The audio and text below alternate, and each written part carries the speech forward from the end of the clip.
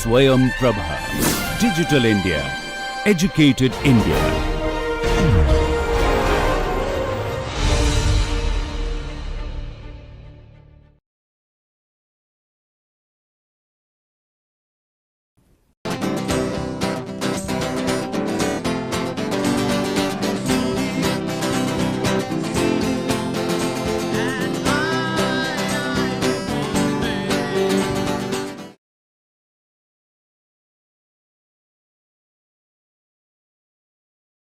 Today I am going to discuss about the problem of personal identity.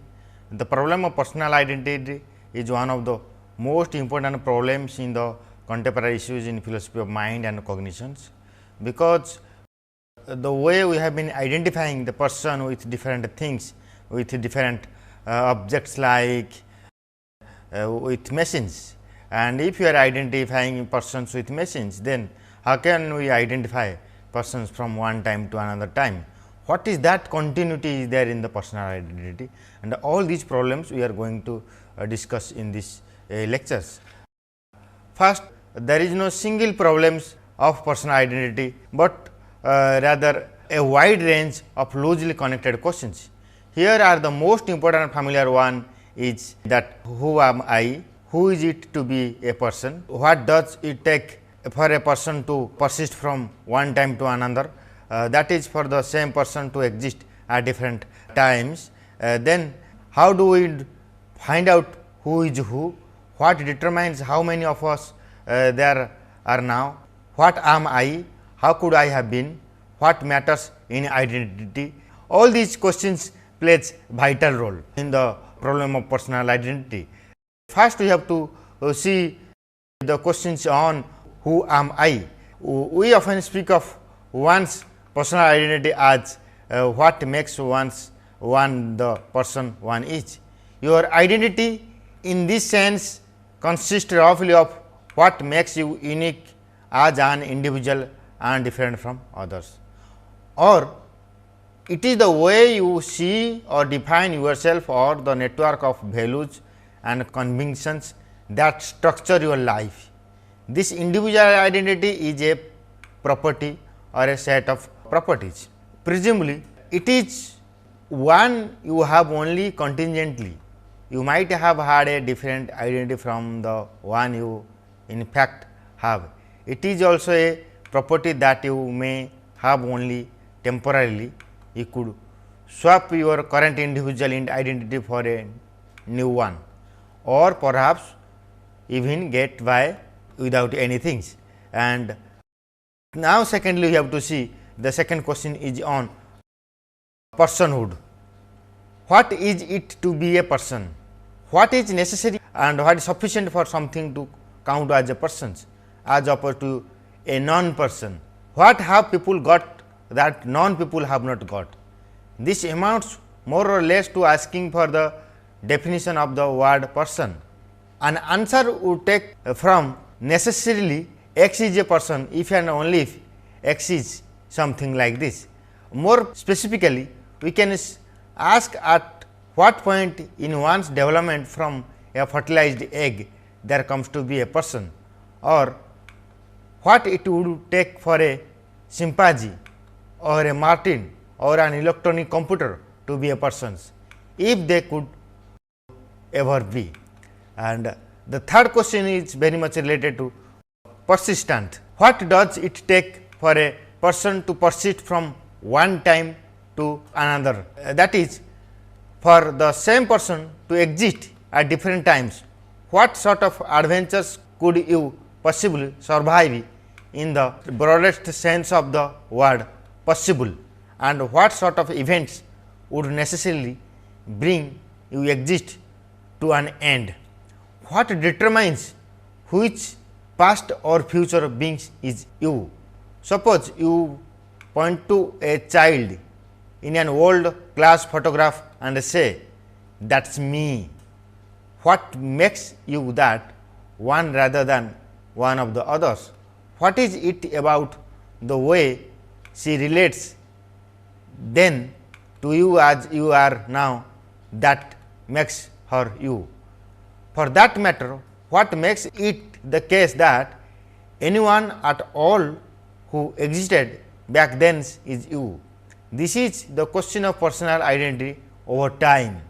An answer to it as an account of our persistence conditions or a criteria of personal identity over time. Historically, these questions often arises out of the hope or out of the fear that we might continue to exist after we die. Plato's Phaedos is a famous example. Whether this could happen depends on whether biological death necessarily brings one's existence to an end. Imagine that after your death, there really will be someone in the next world or in this one who resembles you in certain ways. How would that being have to relate to you as you are now in order to be you rather than someone else? What would the higher powers keep you in existence after your death, or is there anything they could do? The answer to these questions depends on the answer to the persistent questions. Now, we have to see the evidence. How do we find out who is who? What is evidence bears on the question of whether the person here now is the one who was there yesterday? What ought we to do when different kinds of evidence supports opposing verdicts? One source of evidence is first person memory. If you remember doing some particular actions or at least seem to remember and someone really did do it, then that person is probably you. Another source is for physically continuity. If the persons who did it looks just like you, or even better if she is in some sense physically or spatio-temporally continuous with you, that is reason to think she is you.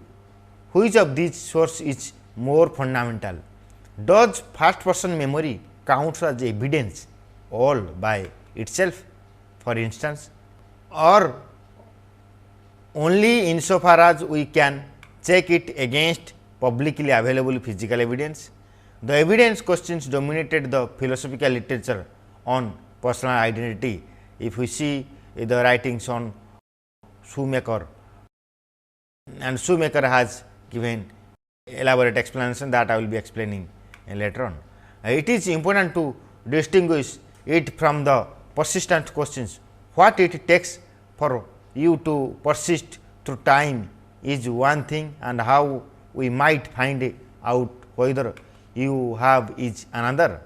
If the criminal had fingerprints just like yours, the courts may conclude that he is you, but even if that is conclusive evidence, having your fingerprints is not what it is for a past or future being to be you.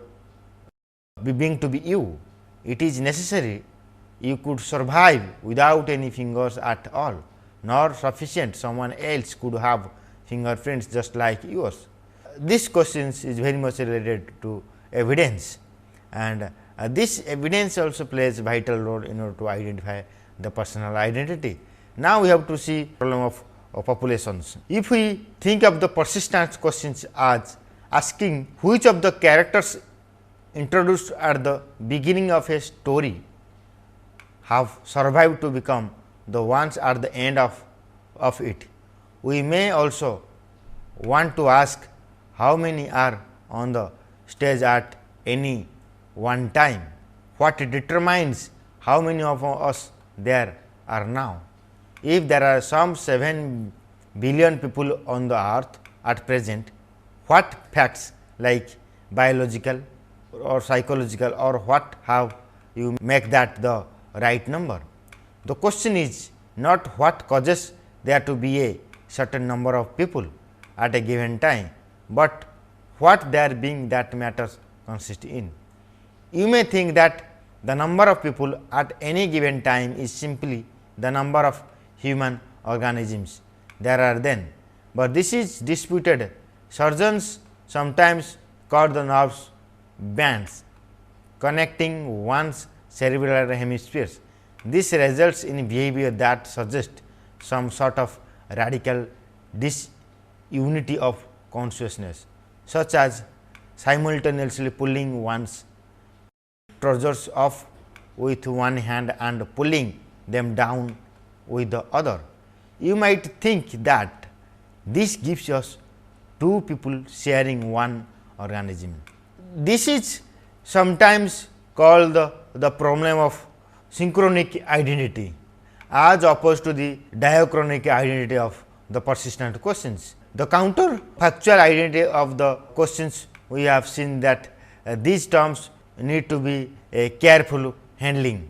They are apt to give the impression that identity comes in two kinds, synchronic and diachronic, a serious blunder. The truth is simply that there are two kinds of situation where we can ask how many people or other things there are. Synchronic situation involving just one moment and the diachronic ones involving a stretch of time. Now, we have to see what am I. The question of what I am is very much important in the philosophy of mind and also in particular to the personal identity.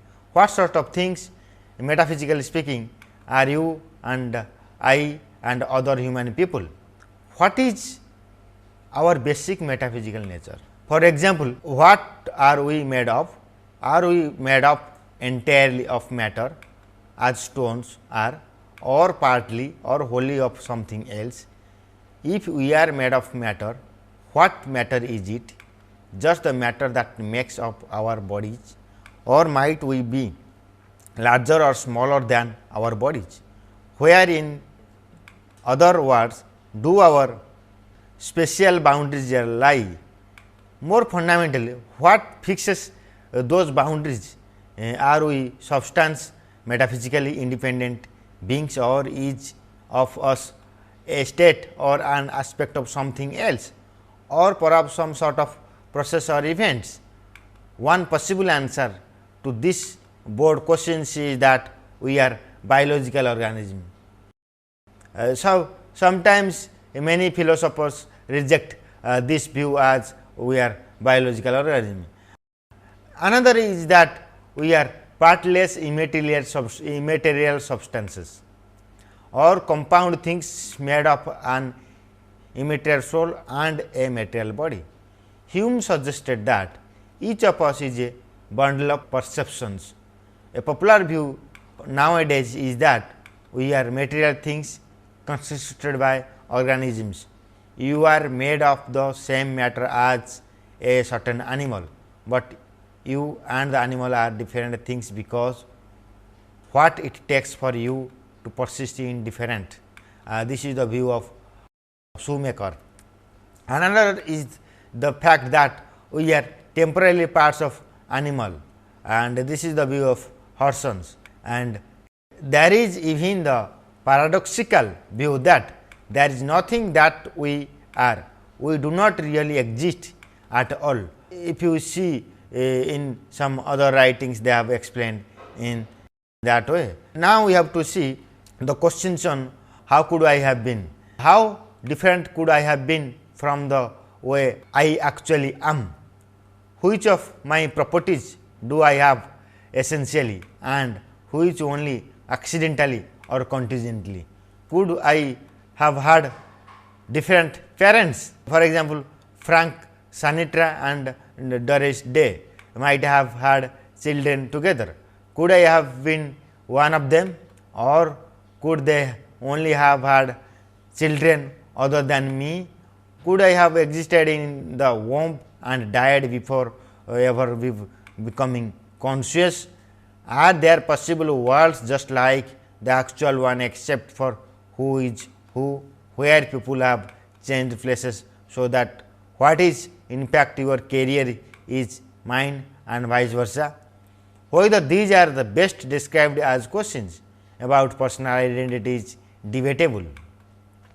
They are not about the whether beings in other words are identical with other in the actual world, but they are sometimes discussed in connection with others. Now, we have to see the questions on what matters in identity. What is the practical importance of facts about our identity and persistence? Why should we care about it? Why does it matter? Imagine that surgeons are going to put your brain into my head and that neither of us has any choice about this. Will the resulting person who will presumably think he is you be responsible for my actions or for yours, or both or neither? Suppose he will be in terrible pain after the operations unless one of us pays a large sum in advance. If we were both entirely selfish, which of us would have a reason to pay? The answer may seem to turn entirely on whether the resulting person would be you or I. Only you can be responsible for your actions. The only one whose future welfare you cannot rationally ignore is yourself.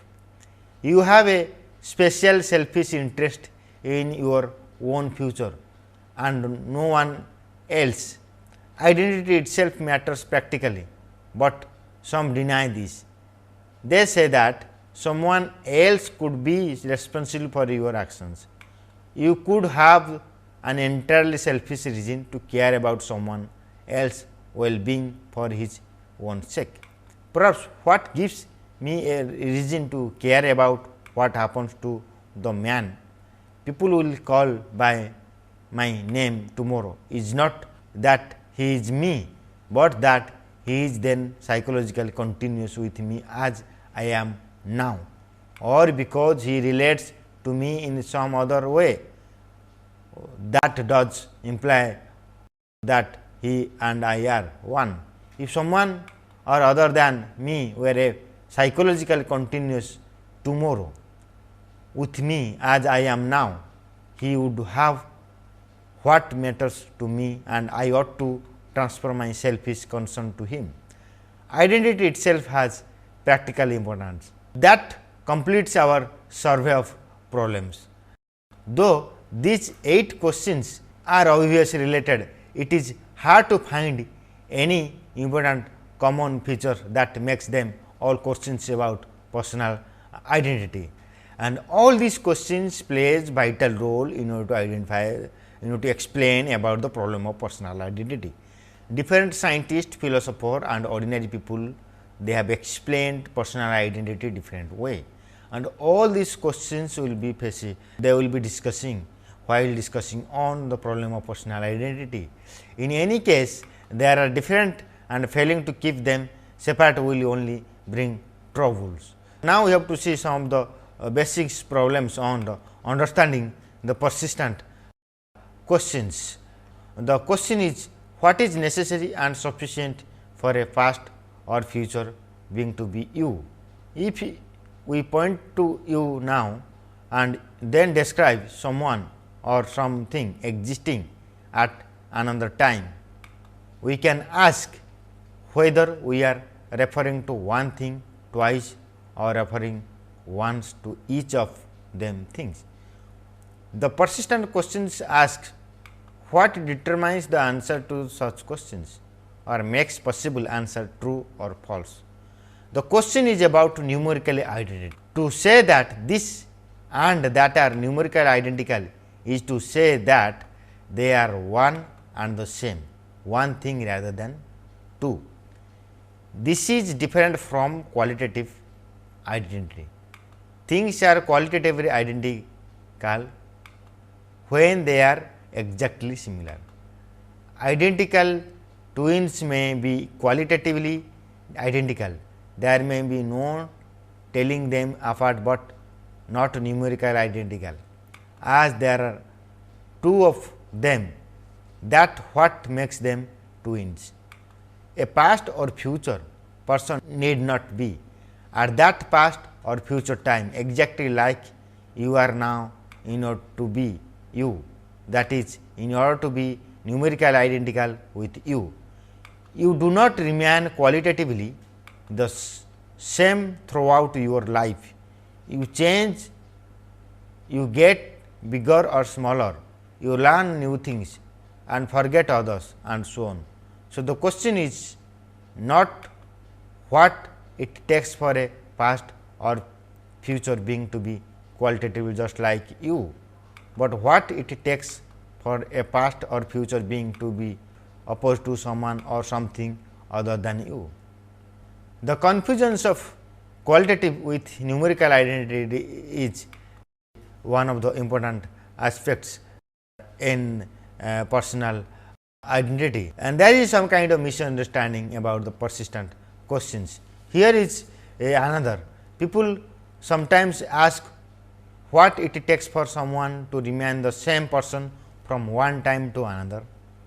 The idea is that if I were to alter in certain ways, if I lost most of my memory or my personality changed dramatically, or I underwent a profound religious conversions, say, then I should no longer to be person I was before. The question of what it takes for someone to remain the same person is not the persistent questions.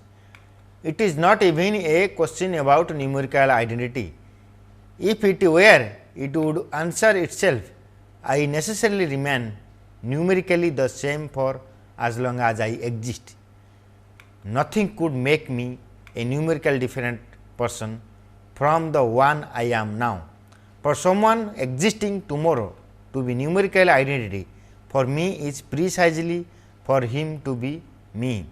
Nothing can start out as one thing and end of as another thing, a different one.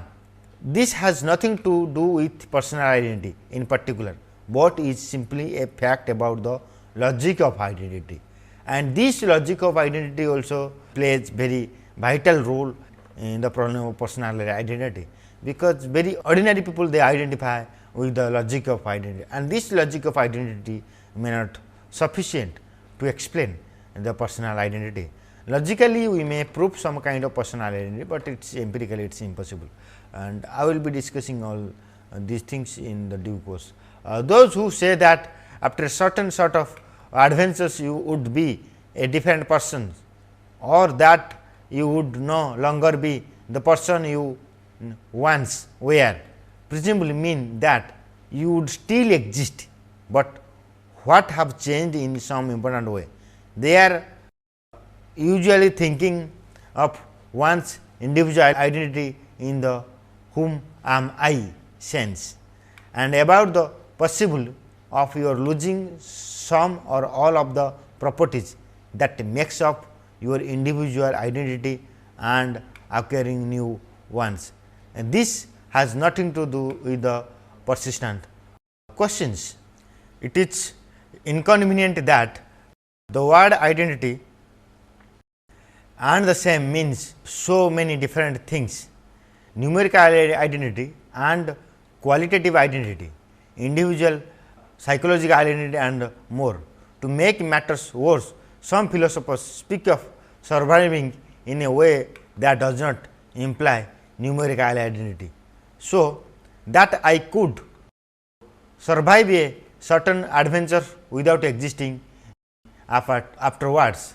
Confusion is inevitable. Here is a more insidious misunderstanding. Persistent question is that under what possible circumstances is a person existing at one time identical with a person existing at another time.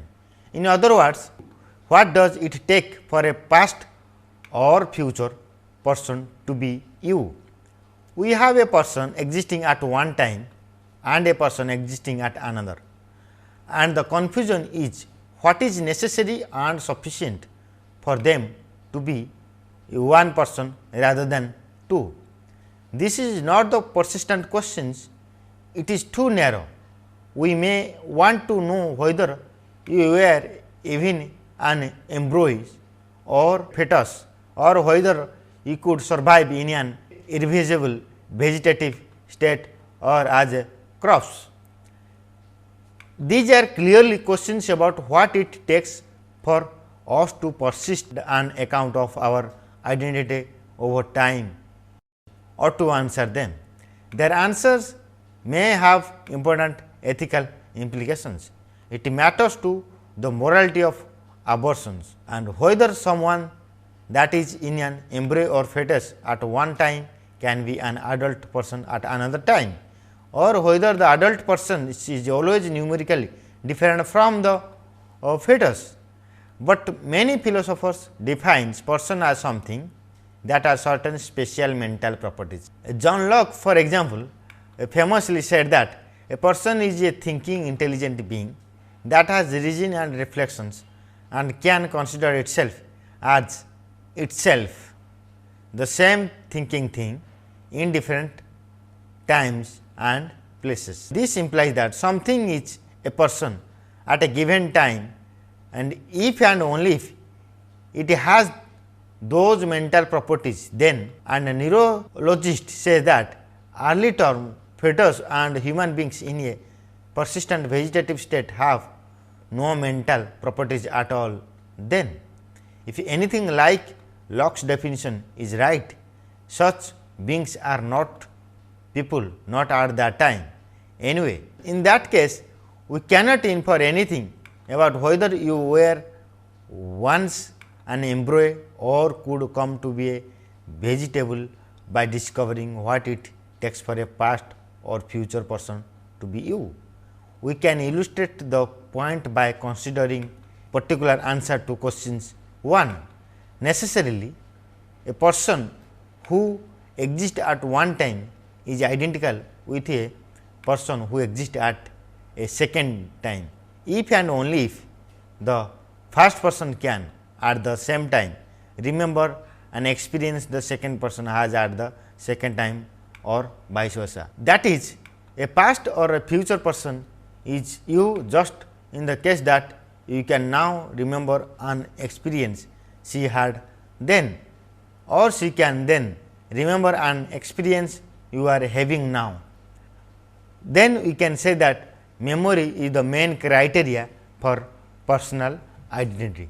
Therefore, with the help of memory, we can identify with some persons. The memory criteria may seem to imply that if you were to lapse into an irreversible vegetative state, the resulting the vegetable would not be you, as it would be unable to remembering anything.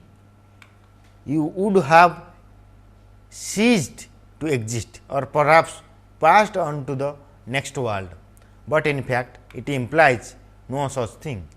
Assuming that a human vegetable is not a person, that is not a case involving a person existing at one time and a person existing at another time. The memory criteria support to tell us which past or future person you are, but not which past or future thing. In other words, it says what it takes for one to persist as a person, but now what it takes for one to persist without qualifications. So, it implies nothing at all about whether you could come to be a vegetable or a corpse. For the same reason, it tells us nothing about whether you were even an embryo. So, rather than question 1, we ought to ask what it takes for any part of future being, persons or not, to be you or I. Now, we have to see questions on persistence. Under what possible circumstances is a person who exists at one time identical with something that exists at another time? This is the persistent questions philosophers typically ask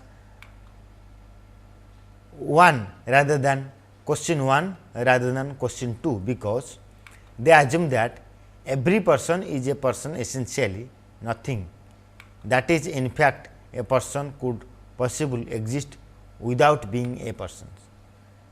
By contrast, we can say that something that is in fact a student could exist without being a student. No student is essentially a student, and it would be a mistake to inquire about the condition of student identity by asking what it takes for a student existing at one time to be identical to a student at another time.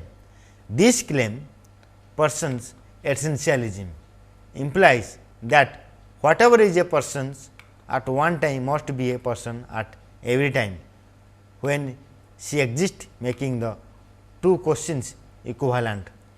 Person's essentialism together with something like the Lockean account of personhood, which implies that you could not possibly have been an embryo. The embryo that gave rise to you is not strictly you. You came into being only when it developed certain mental capacities, nor could you come to be a human vegetable. For that matter, it rules out our being biological organisms, since no organism is a person essentially. Every human organism starts out as an unthinking embryo and may end up in a vegetative state.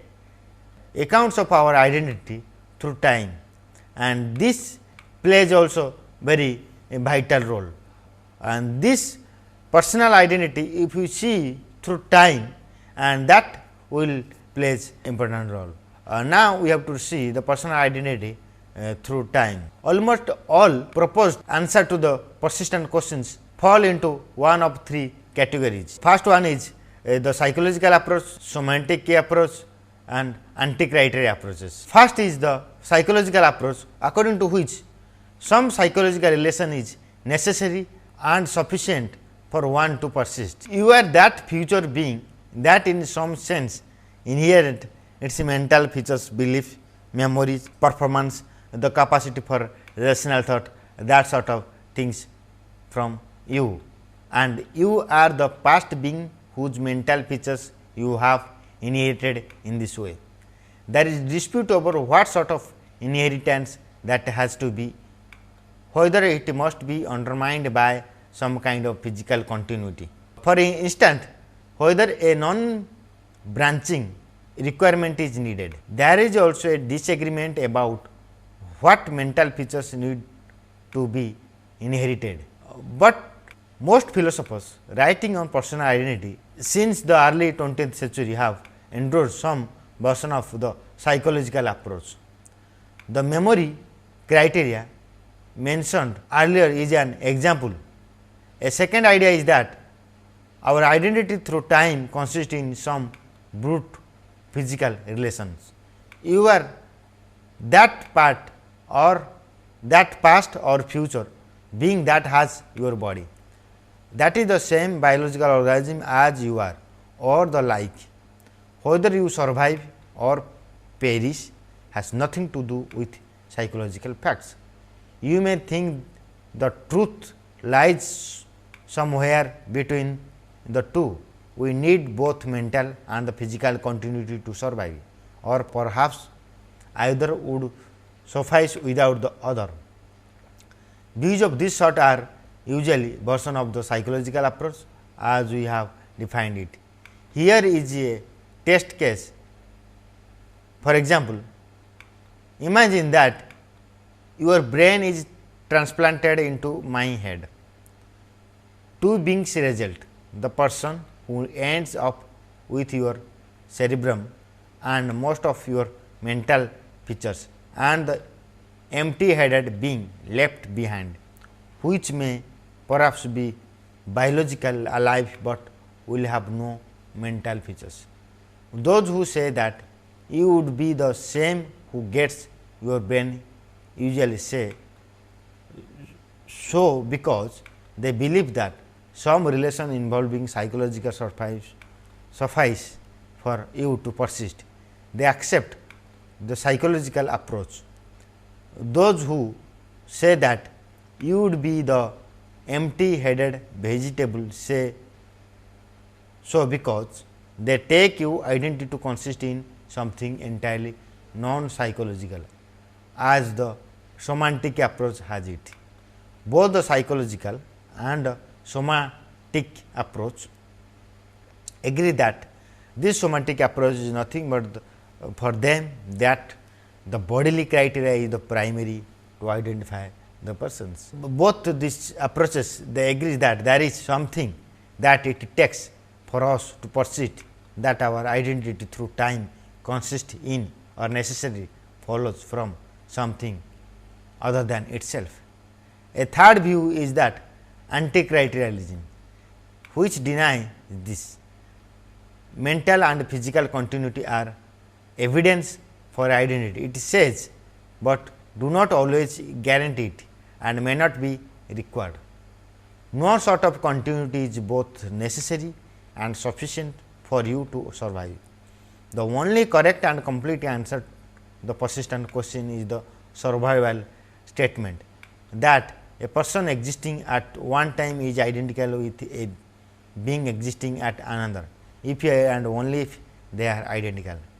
Anti-criterialism is poorly understood and deserves more attention than it has received. It seems that the persistent questions must have an answer. One of these three views, and these three views plays vital role to explain on some of the problems on personal identity. If there is such a thing as you, if there is anything sitting there and reading this now, then some condition must be necessary and sufficient for it to persist. Those conditions will involve psychology or only brute physical continuity or something else, or they are trivial and uniformative as anti-criterialism has it. Moreover, at most one such view can be true. We will see these approaches some other way, but if you see many philosophers and many students of philosophy and students of psychology, they have explained that persons in the psychological approach, because it seems obvious that you would go along with your brain if it was transparent, and that this is so because that organs you carry with your memories and other mental features. This would lead to a recipient to believe that he or she was you, and why should this belief is mistaken, and this is one way of psychological approach of explaining personal identity, and this make it easy to suppose that our identity over time has something to do with psychology. It is notoriously difficult, however, to get from this conviction to plausible answer to the persistent questions. What psychological relation might our identity through time consist in? We have already mentioned memory. A past or future being might be you if and only if you can now remember an experience she had then, or vice versa.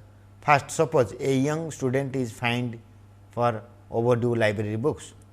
Later, as a middle-aged lawyer, she remembers paying the fine. Later, she is still in her dotage and she remembers her law career, but has entirely forgotten not only paying the fine, but everything else she did in her youth. According to memory criteria, the young student is the middle-aged lawyer, the lawyer is the old woman, but the old woman is not the young student.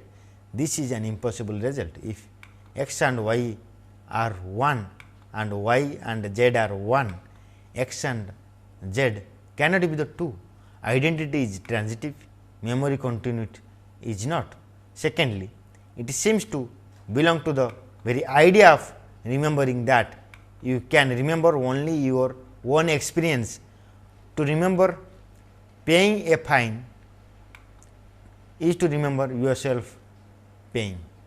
That makes it trivial and uniformative to say that you are the person whose experiences you can remember. That is, the memory continuity is sufficient for personal identity. It is informative because you cannot know whether someone genuinely remember a past experience without already knowing whether he is the one who had it. Suppose we want to know whether blot who exists now is the same as clot who we know to have existed at some time in the past. The memory criteria tells us that blot is clot if blot can now remember an experience of clots that occurred at that past time, but blot seeming to remember one of clot's experience from that time counts as genuine memory only if blot actually is clot. So, we should already have to know whether blot is clot before we could apply the principle that is supposed to tell us whether she is. One response to the first person is to modify the memory criteria by switching from direct to indirect memory connections. The old woman is the young student is because she can recall experience the lawyer had at a time when the lawyer remember the student's life. The second problem is traditionally met by replacing memory with a new concept, retrocognition or quasi memory, which is just like memory, but without the identity requirement. Even if it is self contradictory to say that I remember doing something I did not do, but someone else did, I could still quasi remember it. And this quasi remember also one of the important things sometimes we used to make in our day to day life. Whenever we meet our very old friend and very old officials, then we used to say that I think we have seen or I have seen we and like that. This kind of memory is known as quasi memory. Neither moves gets us far, however, as both the original and the modified memory criteria face a more obvious problems. There are many times in my past that I cannot remember, quasi remember at all, and to which I am not linked even indirectly by an overlapping chain of memories. For instance, there is no time when I could recall anything that happened to me while I was dreamlessly sleeping last night. The memory criteria has the absurd implications that I have never existed at any time when I was completely unconscious. The man sleeping in my bed last night was someone else. A better solution appeal to questions is dependency. We can define two notions, psychological connectedness and the psychological continuity. A being is psychologically connected at one future time with me as I am now. Just if he is in the psychological state, he is in then in large part because of the psychological state I am in now, having a current memory or a quasi memory of an earlier experience is one sort of psychological connections. The experience causes the memory of it, but there are the others.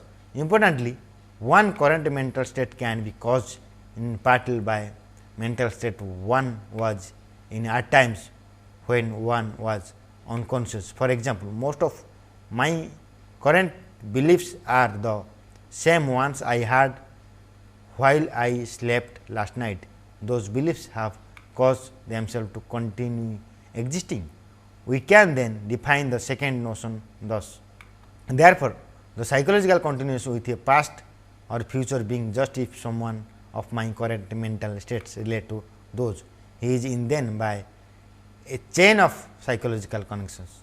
Now, suppose that a person X who exists at one time is identical with something Y existing at another time, if and only if X is at one time psychological continuous with Y as it is at the other time.